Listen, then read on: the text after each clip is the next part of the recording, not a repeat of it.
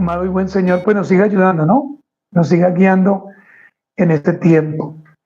Bueno, hermanos, vamos a entrar entonces ya en esta tarde con la ayuda, por supuesto, del Señor a través de su Espíritu Santo, con la enseñanza que iniciamos hoy a mediodía, llamada Cualificaciones Pastorales. Y les recuerdo, hermanos, que estamos hablando de este título o este subtema, mejor, retenedor de la palabra fiel. Vamos a leer el texto nuevamente, que es Tito 1:9, la parte A y la parte B. Dice, retenedor de la palabra fiel, tal como ha sido enseñada, para que también pueda exhortar con sana enseñanza y convencer a los que contradicen. Bueno, hermanos, les recuerdo entonces que nos quedamos diciendo lo siguiente: el ministro que ha sido llamado por el Señor debe conocer las doctrinas fundamentales que están contenidas o que se hallan en la Escritura. Hasta ahí quedamos, ¿se acuerdan? Permítame recordarle, vimos lo que es bibliología, y bibliología es la doctrina de las Escrituras. Allí dijimos que en esta doctrina se habla de la veracidad, autenticidad, canonicidad, confiabilidad, también su inspiración y autoridad divina. Vimos también teología, que es la doctrina de Dios, y allí vimos la existencia de Dios, o ahí se ve más bien la naturaleza de Dios. Y esta naturaleza de Dios, ¿cómo se revela, hermanas? A través de los atributos, ¿no? O de sus atributos. También vimos el consejo de Dios. Vimos la tercera, que es cristología, que es la doctrina de Cristo. Allí usted puede notar la persona de Cristo, la obra de Cristo y todo lo relacionado al Señor Jesucristo.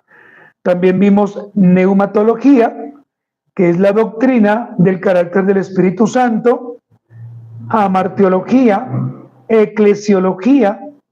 Vimos también soteriología, que es la doctrina de la salvación, angiología, escatología.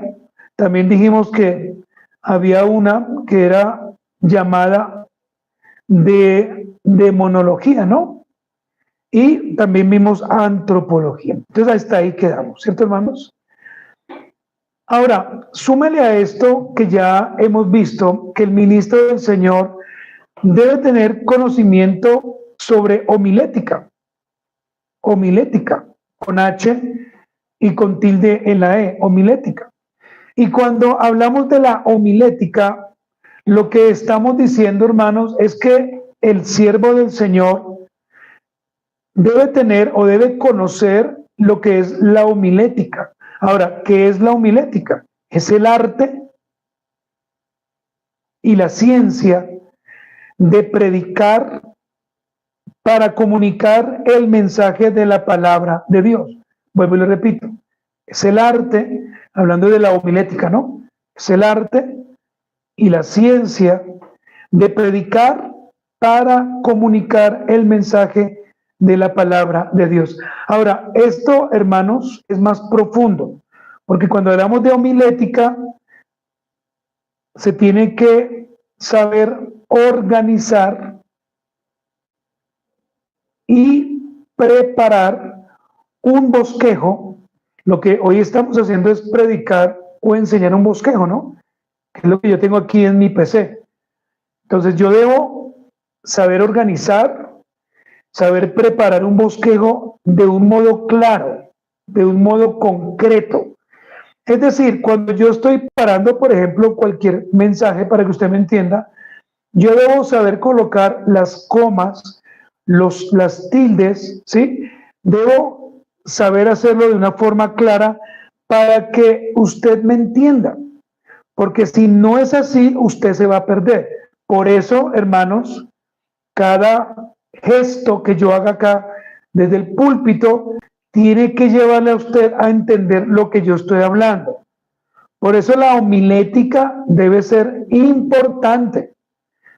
La homilética es lo que hizo la hermana Franci, dar una exposición, ¿cierto? Pero la dio de una manera clara. Entonces, también debemos saber homilética. También, hermanos, debemos, los que predicamos o somos llamados por el Señor o los que serán llamados un día, saber algo que se le conoce como hermenéutica bíblica. Vimos la homilética, pero ahora vamos a ver la hermenéutica, con tilde en la tercera E, hermenéutica bíblica. Entonces mire que esta palabra bíblica también lleva tilde en la primera I, hermenéutica bíblica. Cuando hablamos de hermenéutica bíblica, hermanos, estamos diciendo que es la ciencia. Esto es una ciencia. Pero además de eso es el arte de interpretar correctamente la Biblia. Vuelvo y le repito, es una ciencia, pero también es el arte de interpretar correctamente la Biblia. Ahora bien, usando un método que es el que se debe usar y es el adecuado, el método gramático histórico. Gramático, por supuesto, hablando de las palabras, ¿no? Histórico, porque la Biblia habla de una historia, desde el Antiguo Testamento hasta el Nuevo Testamento, y en el Nuevo Testamento es el cumplimiento de esa historia. Entonces la hermenéutica es la ciencia, es el arte de interpretar. Por eso cuando usted busca hermenéutica, usted le va a salir quizás el dios Hermes, que era el que llevaba, por decir así, los mensajes a otros dioses. Pero por supuesto nosotros no lo vislumbramos de esa manera, sino de la forma correcta, ¿no? Es interpretación. Hermenéutica, te puede colocar allí una línea o una flecha y colocarle allí interpretación. Tomando entonces, hermanos, cuando hablamos del método gramático histórico, estamos tomando en cuenta el impacto directo del contexto, el cual la misma palabra del Señor nos lo da, ¿no? O sea, el contexto está allí. Lo que tenemos que hacer nosotros es leer cuidadosamente. Tenemos que ver la historia, tenemos que ver quiénes estaban en ese momento, qué pasaba. Ahora que vamos a iniciar nuestro estudio de Colosenses, generalmente, hermanos, yo siempre, antes de iniciar, lo que hago es hablar un poco del contexto. Entonces vamos a tener por lo menos una o dos introducciones para que usted más o menos se dé cuenta qué pasaba allí, quién escribió el libro, por qué lo escribió, para qué, cuántos capítulos tiene. Y así, hermanos, podemos entrar a este maravilloso mundo de Colosenses. Ahora bien, hermanos, es importante entonces a la hora de interpretar tener en cuenta tres cosas importantes. Primero, los métodos de interpretación. Hay varios métodos, pero este que le estoy diciendo a usted es el más usado y es el que se debería realmente usar. Es más, ustedes cuando hagan su estudio deberían usar este, gramático histórico. Gramático porque las palabras se deben usar de la forma correcta. Histórico porque allí vamos a hablar de la historia. Pero acá nos falta otra, es gramático, histórico, redentivo. Entonces mire que no solamente es gramático histórico, sino gramático, histórico, redentivo. Ahora, pregunto, ¿por qué redentivo? Hermanos, porque es que toda la Biblia, cuando se interpreta, nos lleva a Cristo. ¿Sí? Nos lleva a Cristo y nos lleva a entender que solamente Él fue el único dado por su Padre para que haya venido a este mundo a morir por sus escogidos. También debemos tener en cuenta, hermanos, la gramática bíblica. La gramática bíblica. Es decir, hermanos, cuando hablamos de la gramática bíblica, estamos diciendo es que cuando leemos la Biblia observamos que algunos libros se dieron en otro tiempo, se usaban otros vocablos, ¿sí? Habían otros usos. Entonces, debo entender lo que la Biblia a mí me está informando, pero cuando yo contextualizo, contextualizar es cómo yo traigo eso que estoy leyendo para este tiempo y aplicarlo, ¿cómo lo hago? Entonces, cuando yo estudio gramática bíblica, voy a interpretar de la forma correcta. ¿Por qué?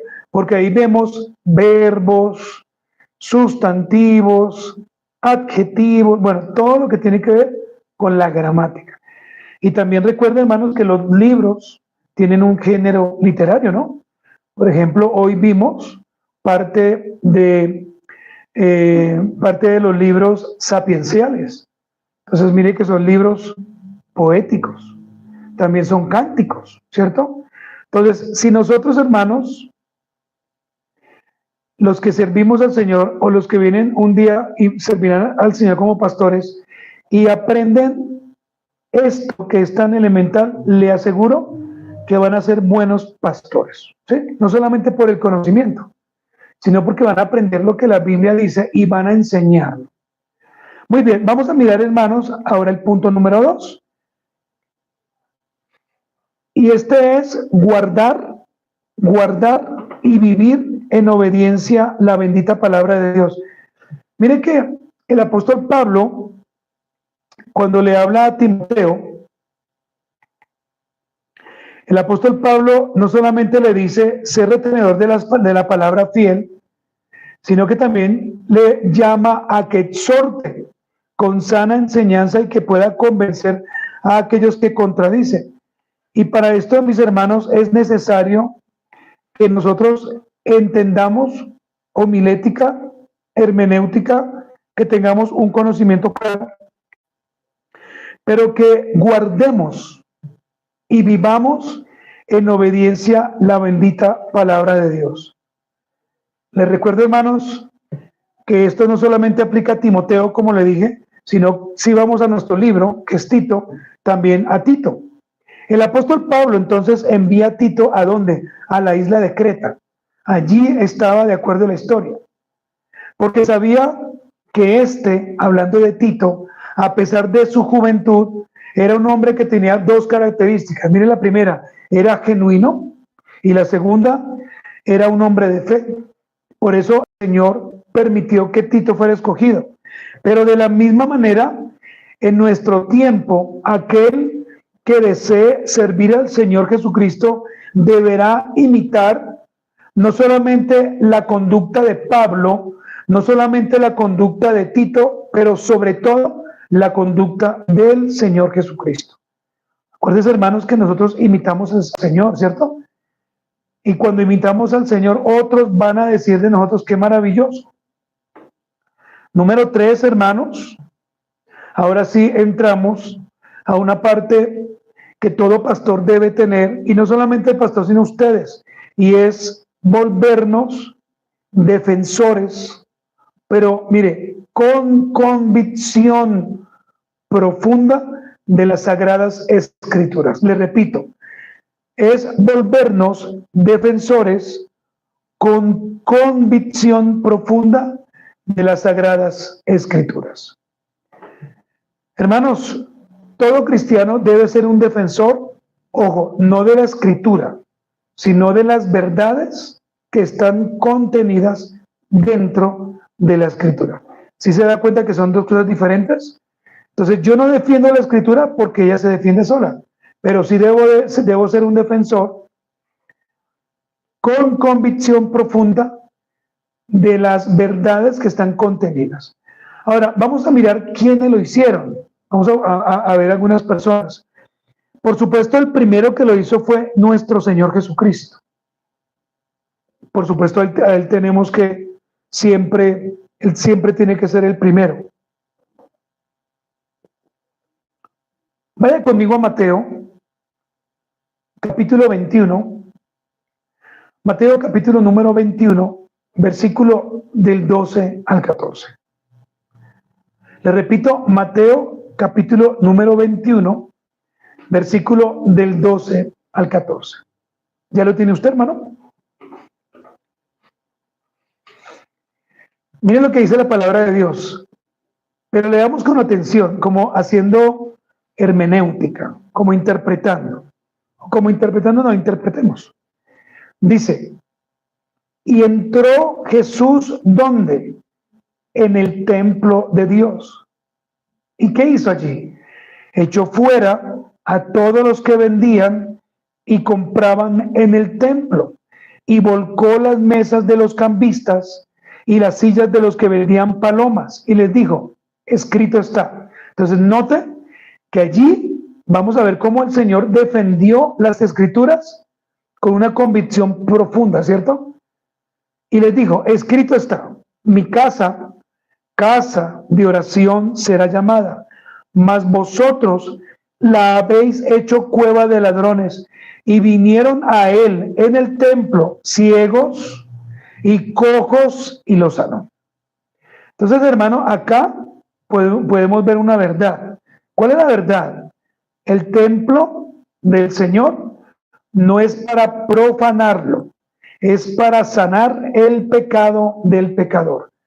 ¿Cómo? A través de su palabra. Le repito, el templo no es para profanarlo. O sea, el templo no es para echar chistes, ¿sí? Porque allí está la presencia de Dios también. El templo no es para hacer cosas que no van de la mano con la escritura. El templo, hermanos, es un lugar donde asistimos porque allí está la iglesia local y allí el Señor sana al pecador de su pecado por medio de la escritura. ¿Sí me hago entender? Vamos ahora a ver el apóstol Pablo. También fue un defensor de la escritura. Segunda de Timoteo 4:7. Devuélvase atrás. Está Tito, segunda de Timoteo. Segunda de Timoteo 4:7 dice, he peleado la buena batalla. Allí ya Pablo iba a morir. He acabado la carrera. Y mire lo último que dice, he guardado la fe. Aquí Pablo está resumiendo prácticamente su vida. Él dice, he peleado la buena batalla. He acabado la carrera. He guardado la fe. Si nota usted cómo Pablo resume su vida cristiana, no, aclaro, no, su vida cristiana. Entonces Pablo también fue un defensor, de acuerdo a 2 de Timoteo 4:7, de la escritura, hermanos. Ahora le pregunto a usted, ¿usted es un defensor de la escritura?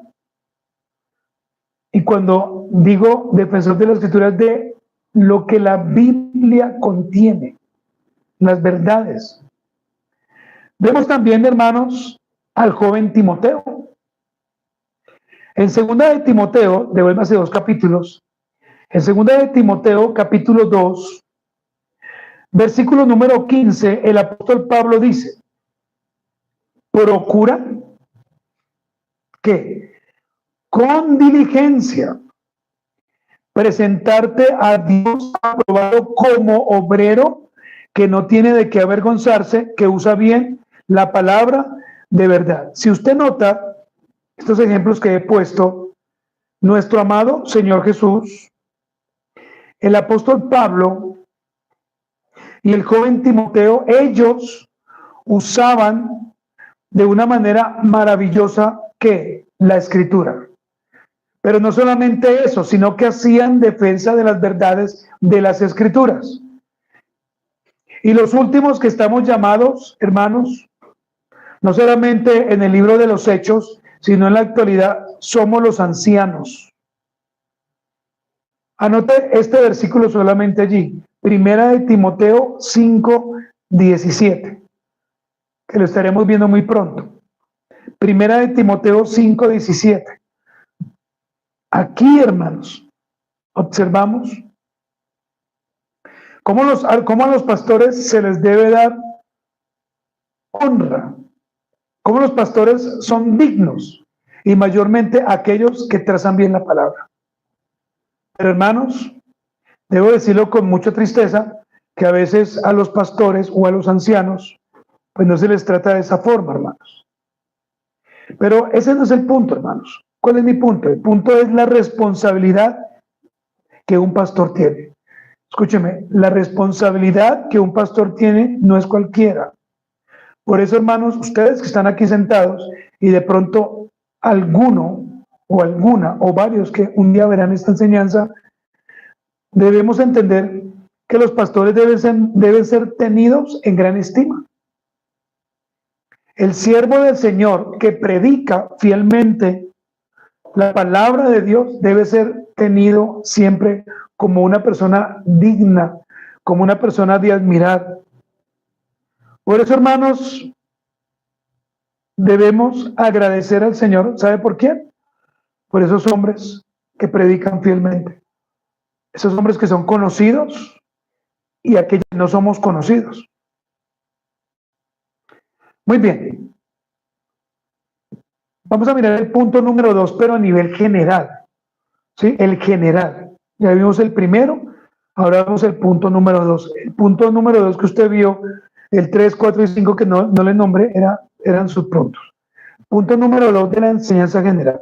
El ministro de Dios, anótelo allí, porque ese lo vamos a basar en el versículo 9, parte B. El ministro de Dios tiene la obligación de exhortar con sana enseñanza y convencer a los que contradicen. El punto número 1, hermanos, está en el versículo número 9, parte A. Y este punto número 2 es el segundo en general del sermón. Usted puede colocar a ese punto número 2 un paréntesis, 2 paréntesis, para que usted haga la división. Listo, hermanos, leamos el versículo 9, la parte B. Dice, para que también pueda exhortar, ¿cómo? ¿Qué dice el texto? Con sana enseñanza y convencer a los que contradicen. En la isla de Creta, simplemente un ejemplo, donde estaba Tito, ¿sabe allí que habían falsos maestros? Y estos falsos maestros tenían unas características particulares. Acompáñeme por favor a Tito 1. Ahora lea usted o leamos el versículo 10 y el 11. Tito 1, versículo 10 y versículo 11. Quizás, hermanos, cuando volvamos, estaremos hablando de los falsos ministros de Creta. Ya tiene usted Tito 1, 10 y 11. Miren lo que dice. Porque hay aún muchos contumaces. Esta palabra contumaz es terco. Habladores de vanidad y engañadores. Pero mire lo que dice, mayormente los de la circuncisión, a los cuales, dice Pablo, es preciso que tapar la boca, que trastornan casas enteras. Pero mire, hermanos, que esto no se sale de la realidad, enseñando por ganancia deshonesta lo que no conviene. Mire que no es tan alejado, ¿no? Entonces allí vemos 3 características. Primero, son contumaces. Subraya ahí su Biblia, contumaces. Y usted puede colocar, si gusta, tercos y rebeldes. Eso es un contumaz. Y contumaces, hermanos, hay muchos, ¿cierto? Que son tercos, que son rebeldes. Lo segundo que el texto nos muestra son charlatanes, es decir, habladores de vanidades y engañadores, pero yo lo resumo como charlatanes. Un charlatán es aquel que habla de algo que no conoce, algo que no entiende. Ellos hablaban de lo que no entendían y engañaban. Pero también ahí mismo dice engañadores, habladores de vanidad, charlatanes, engañadores. ¿Qué es un engañador? ¿Qué es? Un mentiroso, ¿cierto? Un impostor, un embustero, un embaucador, un falsario, así como suena, falsario. Como Pablo entendía entonces que estos falsos poseían estas características, o sea, mire, el apóstol Pablo ya sabía que Tito tenía que enfrentarse a ellos. Pablo ya sabía. Por eso el apóstol Pablo le da una orden. ¿Cuál era la orden? Otra vez vuelve y lee allí el texto. La orden dice: exhorta con sana enseñanza y convence a los que contradicen la verdad. No era tan fácil el trabajo de Tito como pastor allí. Él tenía que exhortar, pero ¿cómo? Con sana enseñanza, ¿cierto? Tenía que saberlo hacer. Y tenía que además convencer, porque ojo, este convencer aquí no es manipular, no. Este convencer es por la palabra de Dios, tenía que llevarlos a Cristo. ¿Y a quiénes tenían que convencer? ¿A quiénes? A aquellos que contradecían la verdad. Vemos aquí entonces la primera palabra, que es la palabra exhortar. Esta palabra exhortar, hermanas, viene del griego parakaleo, con K. Exhortar del griego parakaleo. Y esta palabra parakaleo, mire lo que traduce. Traduce llamar a una persona a un lado, ¿para qué? Para amonestarla o también para premiarla por su conducta. Eso significa esa palabra, no se le olvide, parakaleo. Por eso, hermanos, toda la iglesia está llamada a exhortar, pero ojo, hay que hacerlo de la manera que la Biblia dice, ¿no? A un lado, aparte. Llamar a una persona al lado para amonestarla o a premiarla por su conducta. Yo pregunto, por ejemplo, hoy, hermanos, ¿podemos llamar al lado a una persona para amonestarla o para premiarla por su conducta? ¿Ustedes qué piensan? ¿Será que hoy se cumple esa condición aquí? Yo creo que sí. Pero entonces, ¿cómo debemos hacerlo? ¿Tenemos que gritarlo? No. Parakaleo significa llamarlo aparte, ¿cierto? O en esta semana usted puede marcarle a esa persona y decirle: quiero premiarlo por su conducta, quiero agradecerle por lo que nos enseñó. ¿Sí? Exhortar. Mire que exhortar no es regañar.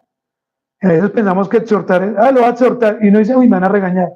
No, exhortar también es premiar. Hermanos, qué bueno usar ese vocabulario con nuestros hijos. Sara, te voy a exhortar, y es: quiero agradecerte por lo que hiciste. O por el contrario, no, te voy a corregir por algo que hiciste mal. Hermanos, estamos llamados a hacer volver de su conducta o del error, escúcheme, a aquellos que andan en herejías. Pero mire, no solamente dentro, sino también fuera de la iglesia local. Pero la pregunta, hermanos, que quisiera hacerle a ustedes es esta: ¿cómo lo hacemos? ¿Atacándolos? ¿Esa es la mejor forma? ¿Gritándolos delante de todo el mundo? ¿Hablando mal de ellos? Pues la respuesta es no. ¿Qué dice el texto? Miremoslo otra vez. Dice: enseñando la palabra fiel, ¿cierto? O sea, con sana enseñanza. Y la sana enseñanza es la sana palabra del Señor Jesucristo. El versículo 9 dice: para que también pueda exhortar con sana enseñanza y convencer a los que contradicen. Hasta allí usted me está entendiendo. Esa es la función del pastor, hermanos. El pastor no puede aquí pararse en el púlpito y empezar a gritar o hacer sentir mal a alguien. No, Dios le dará al pastor la gracia para hablar quizás con alguien que esté haciendo algo que no está bien. Veamos ahora el segundo verbo, convencer. Ya vimos exhortar. Veamos ahora convencer. Convencer. La palabra convencer viene del griego elenco, tal como suena, con C, elenco. Pero miren que esta palabra convencer, ¿sabe qué traduce? Traduce lo siguiente: redarguir. Ahora, cuando usted habla la palabra de Dios, ¿quién redarguye? ¿Usted o el Espíritu de Dios? ¿Quién? el Espíritu Santo. Me alegra mucho que usted lo sepa. La palabra convencer significa poner en evidencia. Es decir, usted tiene que tener argumentos, ¿cierto? Para decir, mire, yo tengo este argumento donde creo claramente que usted hizo esto, pero no es, hermano, acusar por acusar, o decir, no, es que yo creo, es que yo pienso, es que a mí me parece, no, porque eso puede volverse, ¿qué? En una calumnia. Entonces, cuando hablamos de convencer, es poner en evidencia, es reprender también, o generalmente se usa con la sugerencia de que la persona se avergüence porque está siendo redarguida por el Espíritu.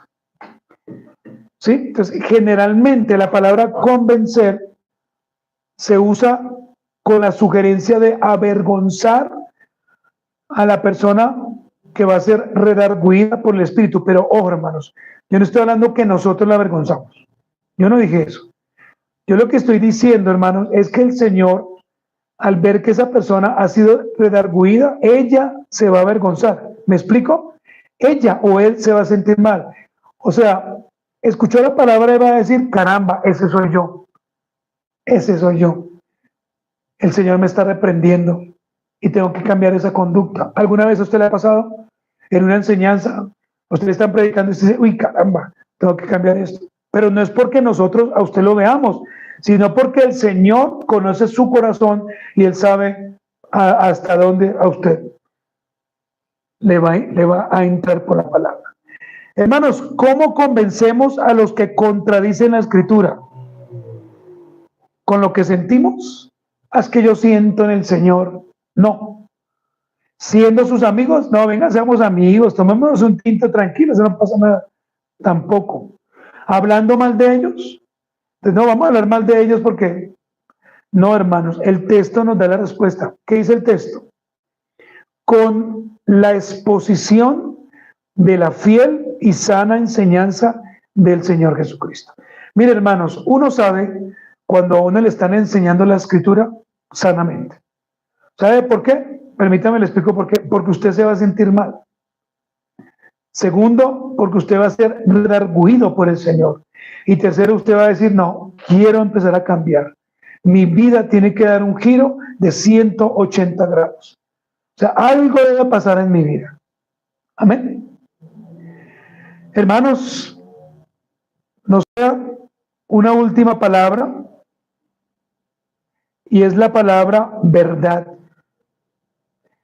Y la verdad, hermanos, pues no la quise buscar por el diccionario porque pues sí hay una respuesta, pero quiero animarlo es a que usted vea que la verdad se halla aquí, mire.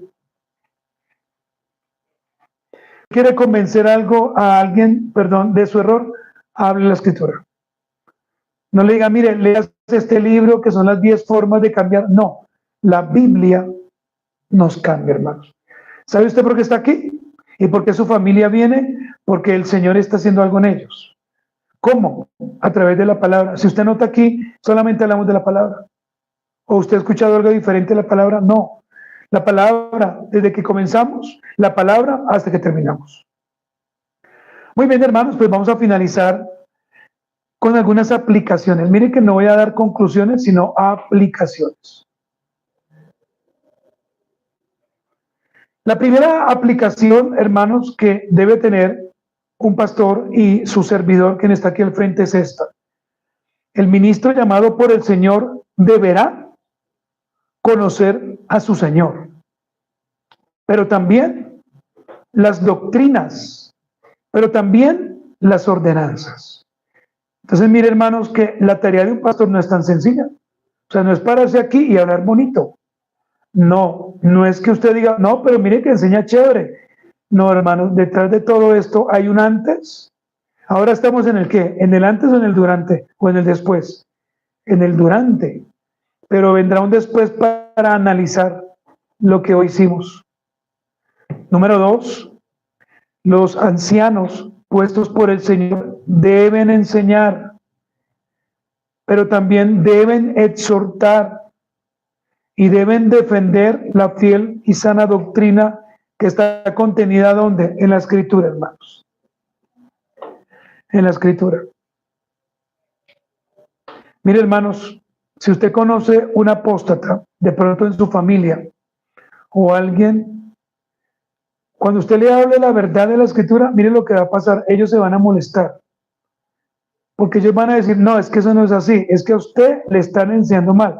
Por ejemplo, el pastorado femenino, toque ese tema, verá, que ese tema les va a molestar. O si usted le muestra el pecado que ellas tienen, ellas se van a enfadar con usted, no les van a volver a hablar. O si son ateos, van a blasfemar de Dios, entre comillas, ¿no? Pero hermanos, el bendito evangelio, cuando se predica santamente y con amor, cambia, hermanos, con amor. Nosotros no podemos quitar el amor del evangelio, porque el evangelio es amor. No predique conocimiento, es que el conocimiento no salva, hermanos. Por favor, no haga eso. Uy, vea que yo aprendí la hermenéutica, la homilética. No, maravilloso. Pero predique el evangelio y dígale a la gente, aunque estás haciendo esto mal, el Señor puede llamarte a salvación y quizás, si Él quiere, Él te puede cambiar. ¿Sí? Participa un día de nuestra reunión. Permite que el Señor a través de su palabra te hable. ¿Sí me explico, hermanos? Pero, hermanos, tratemos de invitar de hoy en 8 días a alguien, hermanos. Muy bien. Póngase usted sobre sus pies, mi amado hermano. Le recuerdo que si usted requiere de esta enseñanza o de cualquier otra que hoy predicamos, pues hermanos, será un gusto poderla participar o hacerle partícipe. La hermana Lucía sabe que lo podemos hacer, ¿cierto, hermana? Señor amado, realmente estamos tan agradecidos por la palabra tuya, Señor. Estamos agradecidos porque hoy nos has permitido terminar, después de casi 17 semanas, esta enseñanza. Ahora vendrá una nueva enseñanza que estudiaremos juntos y te pedimos que hoy nos permitas meditar en lo que hoy aprendimos, Señor. Que valoremos, de acuerdo a la Escritura, la vida del pastor o de los pastores. Que los tengamos en alta estima. Señor, gracias por todos los pastores en el mundo, por los que en este momento están predicando, por los que ya están descansando, Señor, por los que ya partieron contigo. Gracias por esa labor tan maravillosa. Realmente tener personas que nos prediquen es tan emocionante, porque vamos, Señor, a adquirir no solamente el conocimiento, sino la piedad que viene de parte tuya. Señor, te adoramos y te damos gracias. Hermanos, himno 271, y nos despedimos de todos los hermanos y amigos que hoy se conectaron. Dios les bendiga, hermanos.